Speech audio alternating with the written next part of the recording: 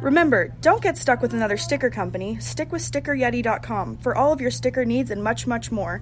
Sticker Yeti is the place for all of your needs when it comes to stickers. Check them out today. Now you do have it. It's working this time, right? The audio is good. No, see, I just started recording, and look, everybody, it's comedian Ryan Niemiller, a former Indiana State University Sycamore, a Hoosier. He's funny, and he's a comedian. Thanks for joining us. Absolutely. Thank you. Yeah, this is not to get too how the sausage is made, but this is round 2 for us attempting this. So. Yes, it is. And I will say, though, I did very good the first time around because I was the only one that could be heard. Yeah. I was gonna say, you were like, I'm bringing most of the interesting for this one, so I'm going to go ahead and cut him out, and then we'll just fill in the blanks later. Yeah, I posted it, and probably about maybe a minute in, people were sending me messages. Look, I can't hear him. I can't hear him. And most people are like, I hear you fine, but I need to hear him. Hey, Ryan, if we all know that you love wrestling and you want to be a professional wrestler, what would be do you have like 5 songs you would have used for your intro music into the ring? Oh, I never got that far in. But for me, like, and I do this with anything artistic now, I'm fortunate enough to know enough cool people that do a lot of different things that I probably would have had a couple of my friends like make something for me and try to do that. Like, I mean, it's so hard to get any kind of break in any kind of these businesses. I'd never thought of, I'm so bad. The type of music I like is not conducive to pro wrestling. Like I'm bummed out that Corona has canceled a Matchbox 20 concert, if that tells you where I'm at as a music fan. So I don't know if that's exactly the intimidating song that people are looking for. And we're using Skype. Does anybody really use Skype anymore? Are the millennials doing Zoom, or the old folks doing Zoom? Why you know what I'm saying? I'll be honest. Other than this interview, I've mostly ever used Skype to do like fantasy football drafts. Things like that. It's something that people who aren't tech savvy, like myself, usually use because every computer has Skype on it. So you can kind of start from there. Now, I just want to let everybody know that I'm a little bit in the dark because our AC went out 2 weeks ago. We had to wait 2 weeks before the American Home Show warranty kicked in. And they're going to put a new one on the roof tomorrow. So if you see beads of sweat rolling down me, hey, just enjoy it and make fun of me. Yeah, I assume you were just really nervous to talk to me a second time, and it's getting you a little woo. You know what? It is. But you know what? I'm coming off of an interview with Wang Chung. So, I was prepared for you. Okay. I'm often called the Wang Chung of comedy. So that's you just have a nice little thread going here. You got a gimmick now for this show. So tell us a little bit about what the coronavirus has done to comedy. Oh, it is, and I want to go ahead and start what I'm about to say with I want everyone to understand that I know there are way more serious implications out there about this disease than I don't get to work for a while. I understand a lot of this is going to be first world problems kind of thing, but right now it's so tricky. I haven't done any shows in front of a crowd since March. So obviously it's affecting that on a literal, we can't gather to watch comedy shows right now. Where it also gets tricky is that every state does things so differently that it's hard telling when everything's going to open up. Because there's some states that are already running comedy shows. So some get to do it at 25% capacity, some 50. There's a couple places, I guess, that are running at full capacity. That's a rarity. Some states get to open because comedy clubs have been determined are like restaurants. Some states can't open because they've determined comedy clubs run like bars. So right now it's this whole, some have got lucky. I've had friends that have already done 3 or 4 weekends. I've had 4 weekends where I was supposed to be the first person back get canceled because the state or the city decided, hey, we're not ready. Let's push it back. Which was the right call. Like, obviously, I want to be safe. I want everyone else to be safe. But you also have to work. And that's, I think, the frustrating part of this is Whether I agree if we should be opening or not is irrelevant because no one's going to pay my bills. And that's the unfortunate state of it. That's why I'm getting so frustrated anytime anyone's like, well, if you're scared, just stay home and let us go out. Okay, are you going to pay my bills? Are you going to, are you going to let me? No, we're not giving you a free ride. Well, then shut up. I don't have the option to stay home, do I? So it's one of those kind of damned if you do, damned if you don't, because comfortability wise, I'd probably rather stay home for another month or so, just so everything can get back under control. You don't have those options. The other weird thing that's done to comedy, and this is something I'm glad is happening, it's also giving a lot of people's problematic pasts are coming up, and there's certain things. I don't agree in cancel culture when it comes to like a joke that someone told 15 years ago. That probably doesn't deserve to have someone be canceled.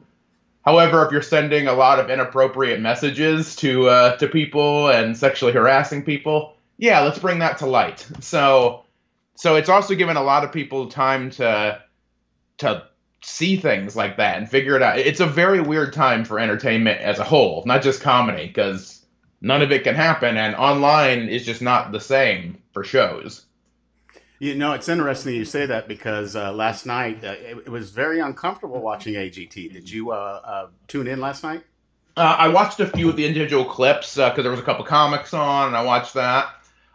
It's definitely a sign of just what's going on, because those were taped in March, so you actually got to see the progression of everything started out normal, and there's these packed houses, and then Heidi got sick, and so she was just gone, because at that time, didn't know, I don't think she had corona, I think she just got sick, but at the time, everyone was freaking out, and you don't know what it is, so then she's temporarily replaced, and then they go from having an audience with no Heidi to now there's no audience, and I mean, kudos to anyone who had to do their audition that way. Having done the experience the year before, especially as a comedian, I can't imagine how difficult that has to be for like it's nerve-wracking anyway, because it's the biggest opportunity of your career. And then factor that, you don't have the audience on your side to like build that energy up. So kudos to anyone who did that, because that was it's weird. It's definitely a little uncomfortable and a little eerie. I was watching a comedian last night on the show, and it just looks so difficult to perform for three people. Yeah. Well, welcome to the first 10 years of my career. Doing that, it would have been great for me. I would have been just right. That's my wheelhouse right there. Yeah, but I thought because there was the two comics on last night. Michael Yo, I think, killed it. I think he's a seasoned pro and he's a great dude. And then Crystal, who is from Texas. Like for hers, like she still was very funny and did well, but you could tell with hers just how that energy was, because she does a lot of act outs. She was doing stuff like it's hard to be that energetic and do those things for four people. If you have 4,000 in there, you can play with that energy. You can do stuff. So kudos to both of them for powering through. But yeah, it definitely is weird. Tell everybody a little bit about where you're from in Indiana. Give them kind of an idea of where you were born and raised. Sure. So technically, I was born down in Bedford, Indiana, so kind of in that area, but I wasn't there long enough to ever claim it. I think we moved when I was like 1, if that. My dad got some jobs up at the steel mills in Chicago, up in that area. So I grew up in DeMott, Indiana, a little small town in the region. It's about as big as it sounds for anyone who hasn't been there before. Very tiny town. Give you some perspective, we threw a town celebration when we got our first stoplight, if that gives you an idea of who we are. But yeah, I'm an old trailer park kid, so I grew up in a trailer, 6 of us packed in a single wide, and it was very, especially with what I've done now, it was a very interesting upbringing to come from that to what I'm doing at this moment. I've heard the phrase. My mom used to tell me this when I was a kid. And I like both. I like both of them. I didn't understand, but she would tell me when I'd get notes from the teachers, they're not laughing with you. They're not laughing with you. They're laughing at you. I mean, to a comedian or someone who's trying to be funny, aren't both of those the same? They both are very effective depending on what you're going for. That's all it is. If you're getting laughs and that's all you care about, then yeah. It never bothered me. I mean, I have a pretty obvious disability. So for me, my skill set involved being able to turn people who might have laughed at me to laugh with me. I was so much better at making the jokes that I never got really bullied. Um, because like no one could keep up with what I was doing to myself, let alone anyone else. So yeah, but for me, like whatever, a laugh's a laugh, and even if you kind of embarrass yourself a little bit sometimes, whatever, it's how you kind of then work with that and change it. So I think a healthy combination of both can be very effective. What were some of your favorite wrestlers growing up? Favorite wrestlers? I was always a fan of kind of the underdogs and the less appreciated guys. I've always been slightly contrarian that way, and I don't know, just with everything. I was probably the only kid who grew up near Chicago in the 90s who didn't like the Chicago Bulls. Like, to give you an idea. Because for me, like, clearly they're probably the greatest team of all time, but, like, it wasn't fun, in my eyes, to be a Bulls fan because, like, you pretty much knew they were going to win. So where's, like, the excitement? I get if you're, like, a long time and had seen them fail for 2 decades, then you're excited to finally see it. But, like, who jumps in and is a Yankees fan right away? I never found the fun of that. And even with wrestling, like even some of the top guys, like I never really got into Hulk Hogan that much. I was always a fan of guys like Coco Beware, and then like getting into like the 90s, like Tatanka, and just like kind of like some of the more offshoot guys. And even that's how I grew to be such a huge fan of Chris Jericho, because he started as one of those guys. He wasn't who he is now at that time. He was kind of like a lesser known, scrappy, up and coming guy who was kind of being overlooked and held down. And I've always appreciated those stories a lot more. That's why I'm a Cubs fan. So you weren't a Bulls fan, but wait. So I like to play a game with some people. You can go back and forth, naming Sure. wrestlers or players on a baseball team. When someone came to me the other day and said, "How many wrestlers can you name?" I mean, I started going, Brutus the Barber Beefcake, Ricky the Steamboat Dragon, Jake the Snake Roberts, and people were going, "Those are wrestlers?" I'm like, oh yeah. I mean, Yeah. the Honky Tonk Man. Are you kidding me? Yeah, I could do thousands. Like, to give you an idea of what my wrestling fandom has looked like, to this day, for lack of a better phrase, I still write my own pro wrestling fan fiction. And that is 100% true. There's an old game. It was a wrestling simulator, and it was text-based. It was called TNM. It was made by a really good friend of mine. He actually just released some new stuff for it. A little cheap plug, tnmte.com if you're a wrestling nerd like me. But basically, it lets you make your own wrestling promotion and, like, run your own matches and run everything. And I always loved, like, the creative side of something. It's clearly niche, and it's clearly super nerdy. But, like, for me, it was my version of being the weird kid who liked D&D, who wanted to live in this kind of other fantasy world. For me, instead of it being, that kind of fantasy, it was, oh, I'm Vince McMahon, and I'm going to run this and come up with these stories and do that. So, yeah, I think I don't trust anyone who doesn't have something like that they enjoy for no other reason than it just makes you happy. Well, like for me, that's never going to pay the bills. That's not helping me buy a house. That's not getting me bigger in comedy. Like I'm not going to get discovered and win an Oscar because someone read my nerdy wrestling stuff. But it just makes me happy. And I think everyone should have something like that. So up and around the Chicago area, were you a Bears fan, or I think you're a Dolphins fan now? How did that transpire? Oh, gosh. I have so many. My sports fandom's weird. So the only team that I actually picked up from growing up that way was the Cubs. So I'm still a Chicago Cubs fan. And the big selling point for them, like now obviously in 2016, this changed finally. they're perennial losers. They were the perennial underdogs. They were the team that like you want to see get over the hump, but they just never could. Whether it was bad luck or stumbling over their own damn feet or whatever it is. So I'm a Cubs fan for that reason. I'm a Dolphins fan because as a rebellious 8-year-old, my dad was a huge Bears fan. And when I was 8, I was like, I'm not going to like what my dad likes. I'm going to like my own thing. So I'm like, I'm going to pick the team that's furthest away. And I didn't know a whole lot about geography at 8 years old, or I should be a Seahawks fan or a 49ers fan.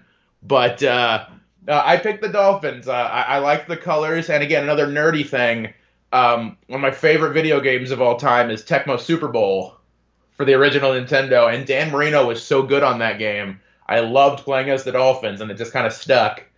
I'm also a Clippers fan for basketball, and I picked just so everyone knows, I picked the Clippers before they were good. I became a Clippers fan out of pure spite.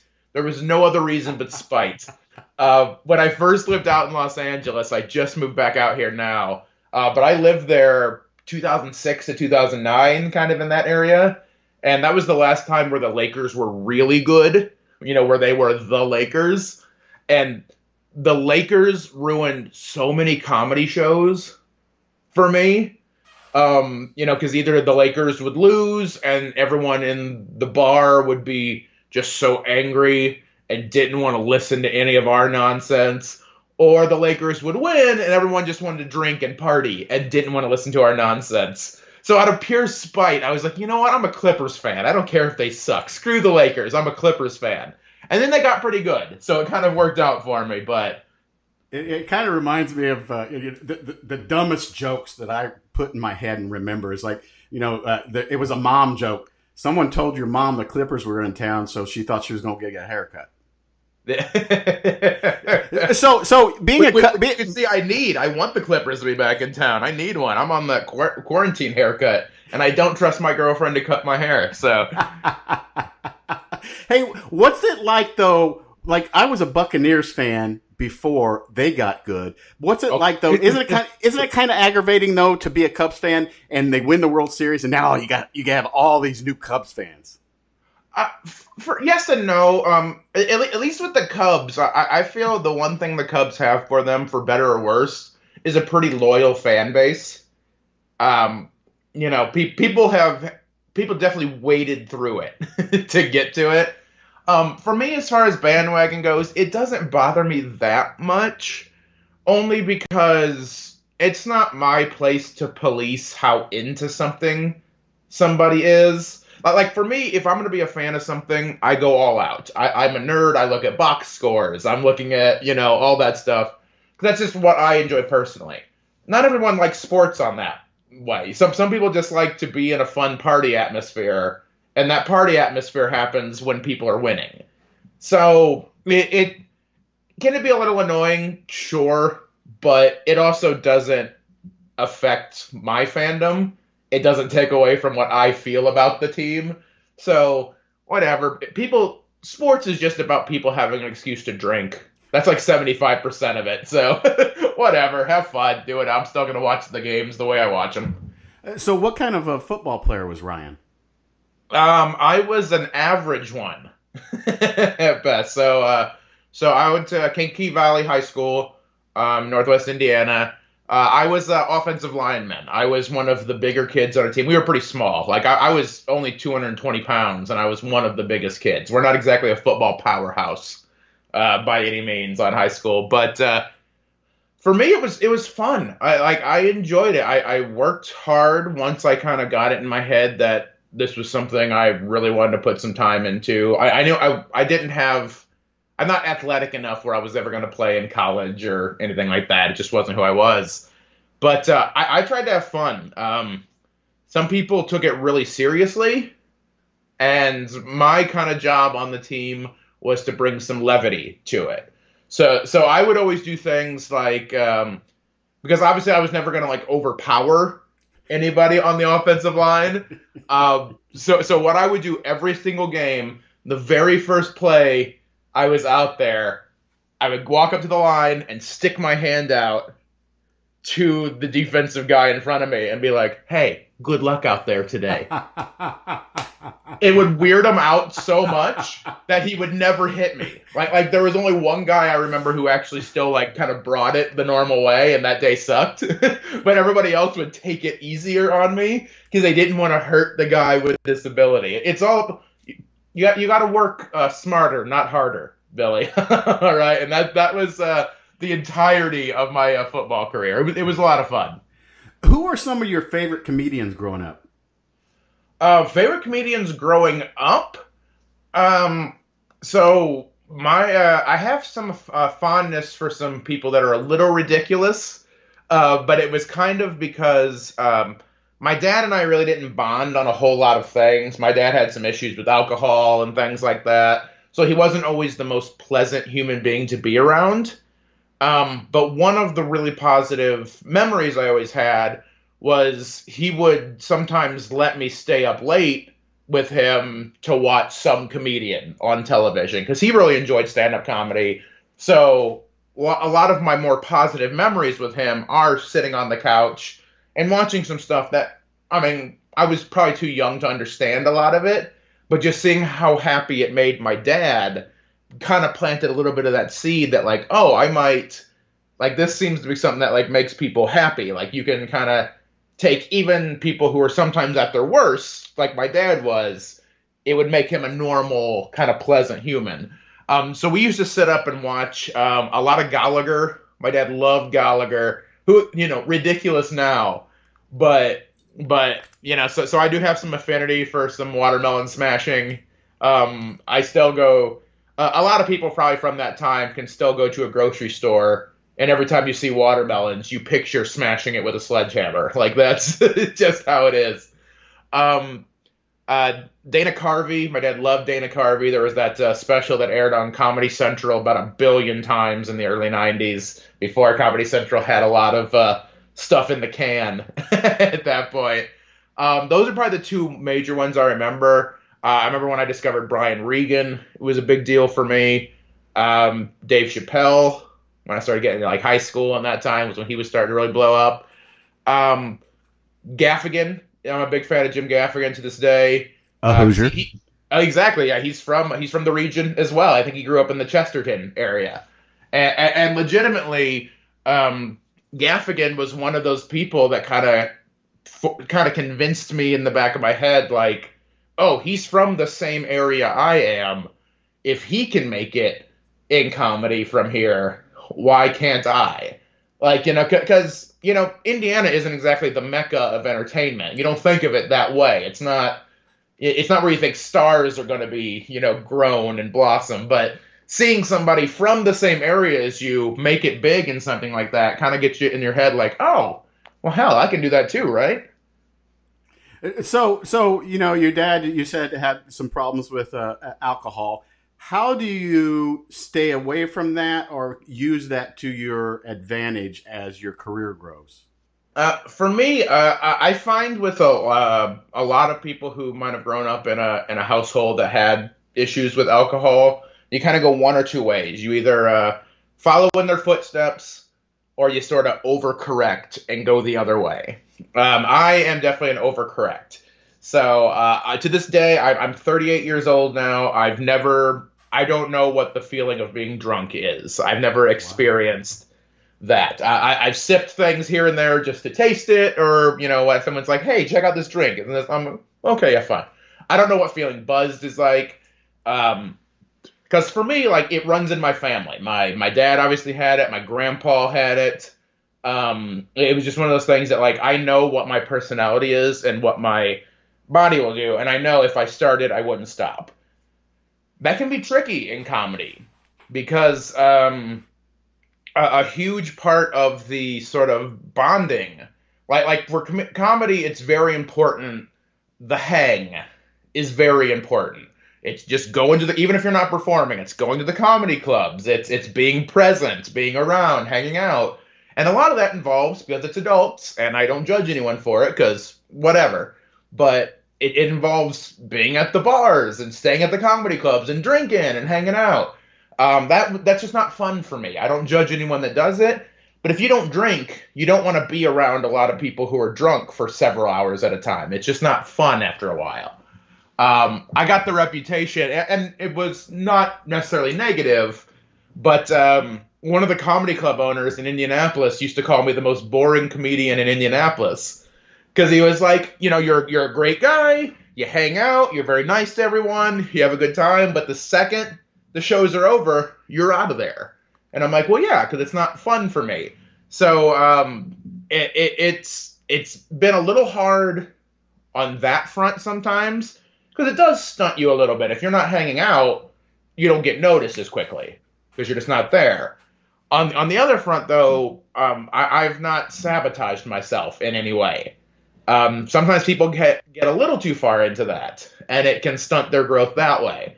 Everything I've ever done on stage is with clear mind. So I know it helps me realize, okay, is this funny? Is this not funny? It's helped with my self-awareness a ton.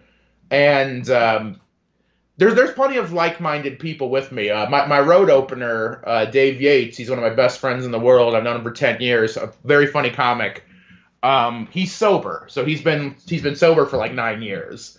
So for me, he's someone great to take on the road with me when we have a road. It's been a while, but because for me, I know, hey, I have a good friend that I trust, and he's not going to want to do those type of things that I don't enjoy doing.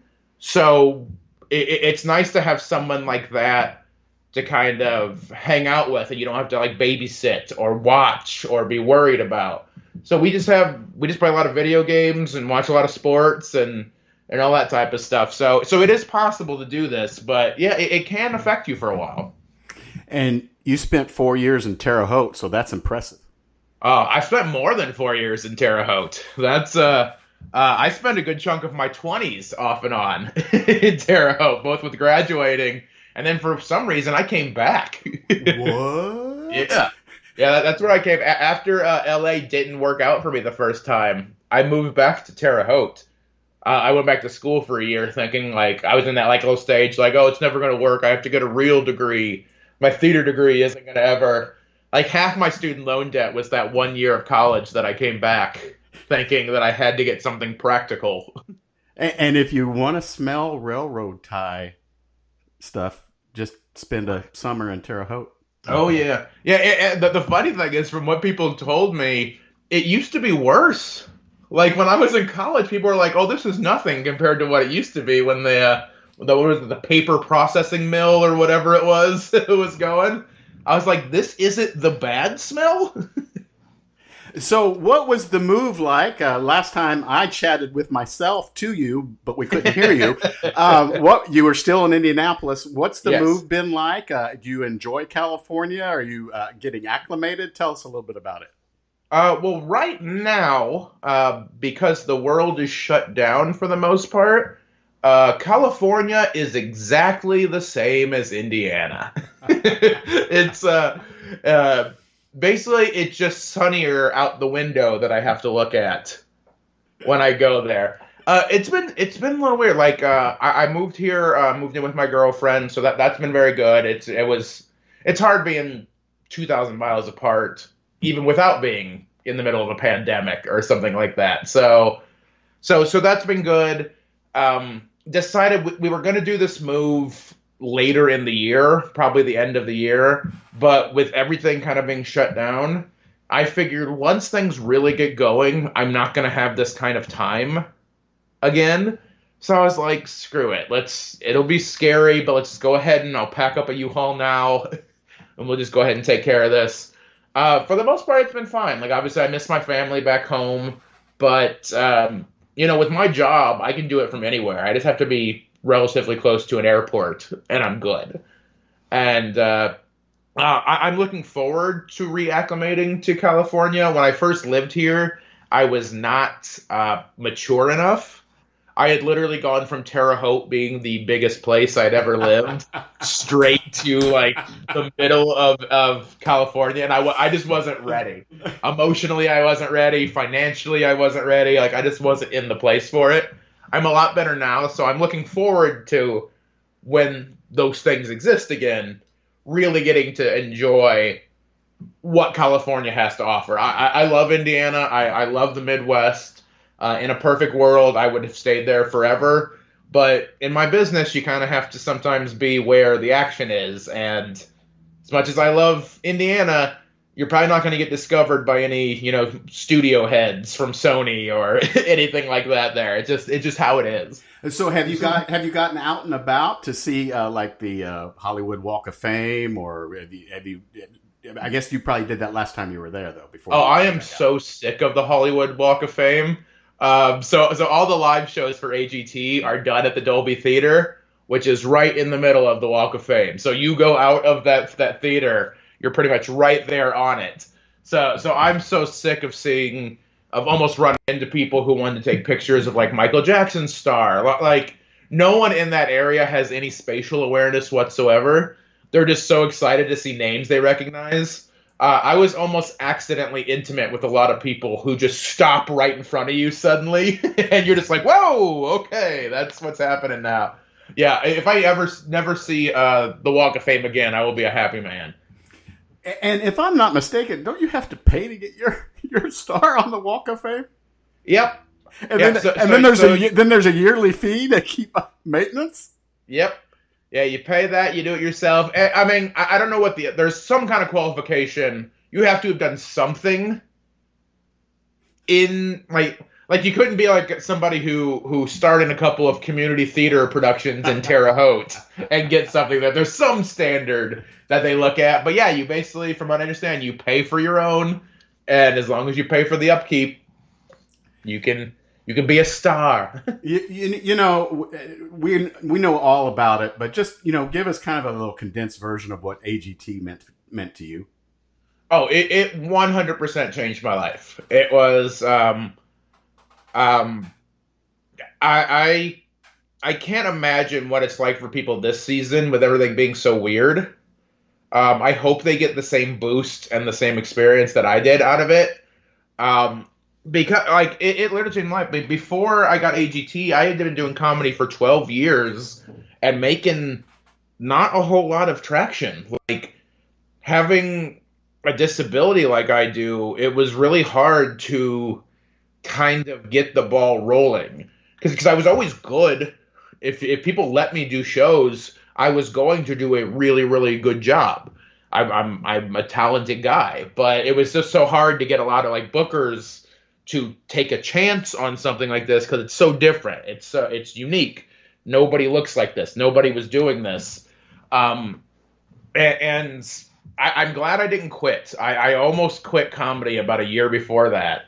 I'd sort of made the decision. I was working a pretty decent job in Indianapolis. I had benefits, chances to move up. Like things were fine. And I kind of made a decision. I was like, either I'm just going to kind of stop. I'm going to make comedy a hobby and kind of focus on this. I was 36 at the time, like it's cool being a starving artist for a while, but if you're in your 30s and you still have to have 3 roommates and you're still, sleeping in your car to get to these gigs that make $200, like your brain, it's hard for your brain not to go, did I screw up? Is it time to settle down and do something else? But I made the decision the other way. I was like, all right, I'm going to quit this job. I'm going to tackle comedy as hard as I can, at least give it that one final push, because then if it doesn't work, at least I can say it wasn't because I was on the fence, because I was, floundering a little bit. And luckily, within about 6 months, AGT, basically, I had a video that went viral that summer, and they saw it and loved it. And I got to audition for the judges, and really, all you need sometimes is just that one person to give you a chance. And for me, that one person is AGT. They, as much as I think maybe eventually I could have gotten something like a Comedy Central spot, or maybe, Corden or something like that, which would be great. But AGT was perfect for me because not only do they let you show your talent and be good at what you do, you also get to tell your story. And for me, I thought that was very important, to be able to really connect with people Because if all AGT wanted was somebody that can be funny for 2 minutes, there's thousands of comics that can do that.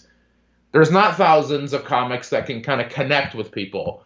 And for me, just having that chance, it has completely changed my life. It's when that audition aired, like, it's weird because I know the exact 7 minutes that my life changed. It's a very surreal feeling because not everybody gets to experience that.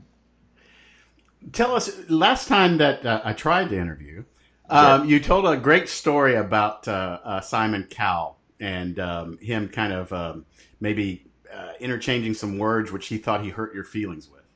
Oh, yes.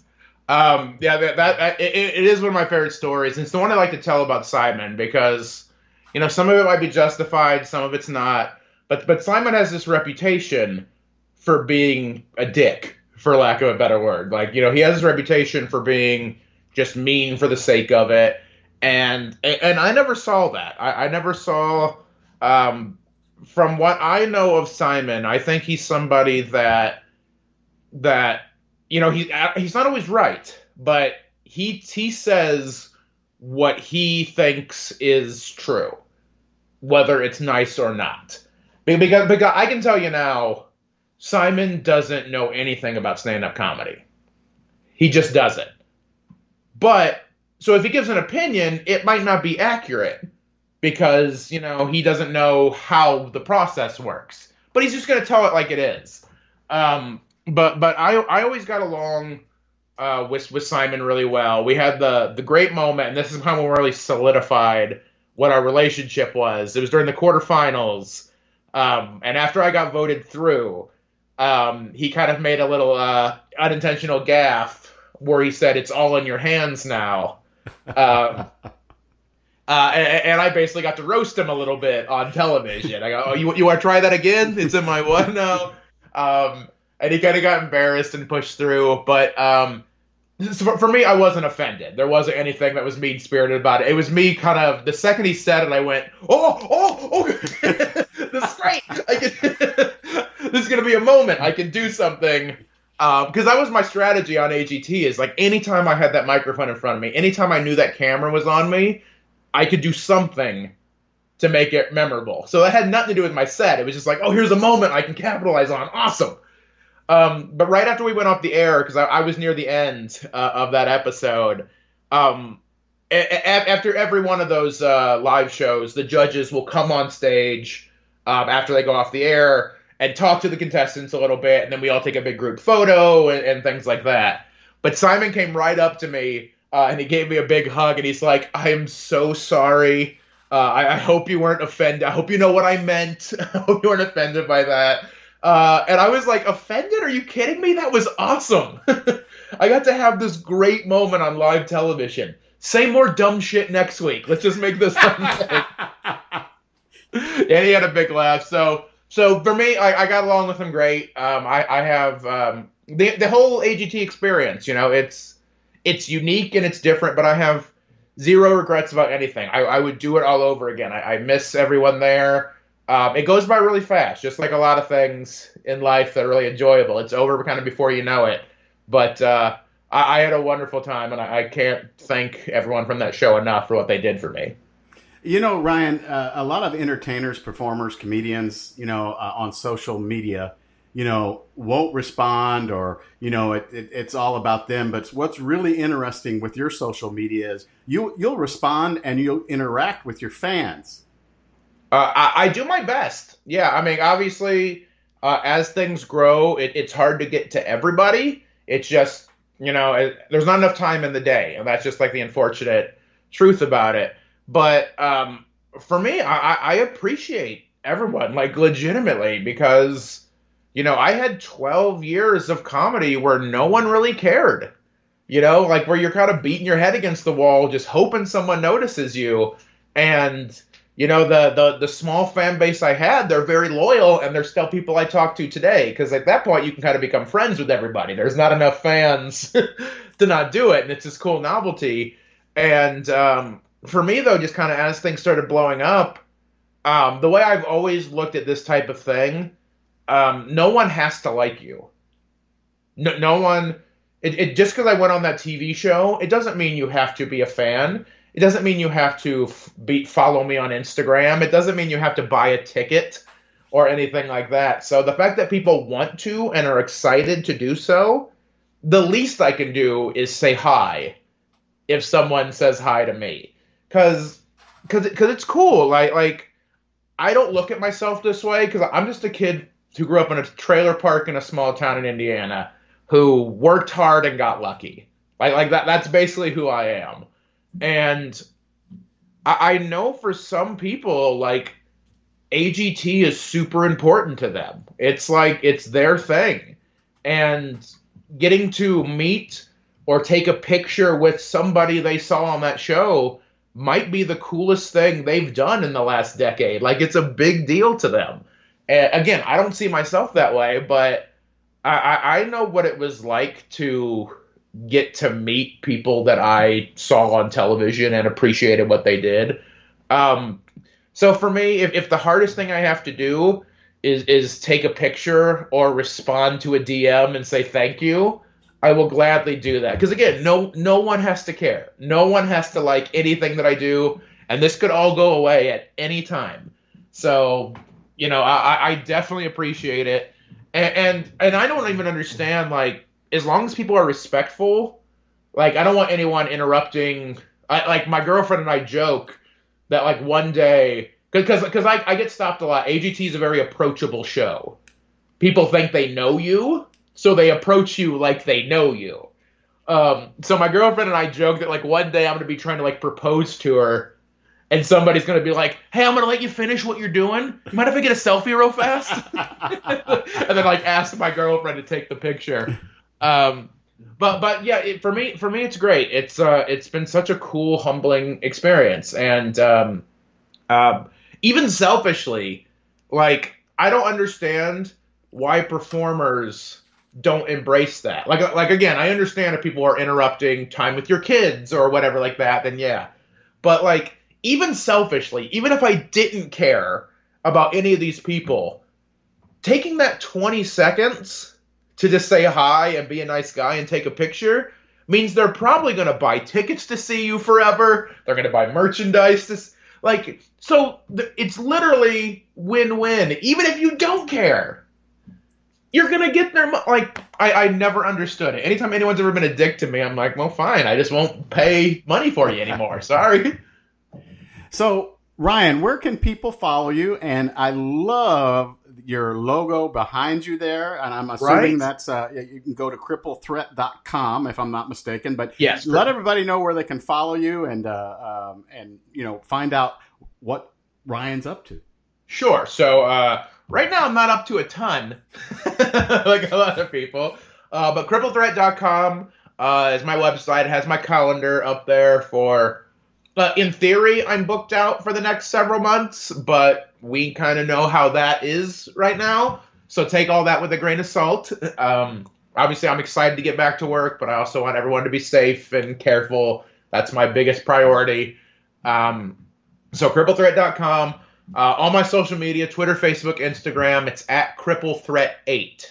So that's the number 8, because there was 7 before me, clearly. But I've risen to power, so I'm now the toughest one. So you can find me on there. Like you said, I'm very interactive. If you leave a comment, you send a DM. I try to get to as many as I can.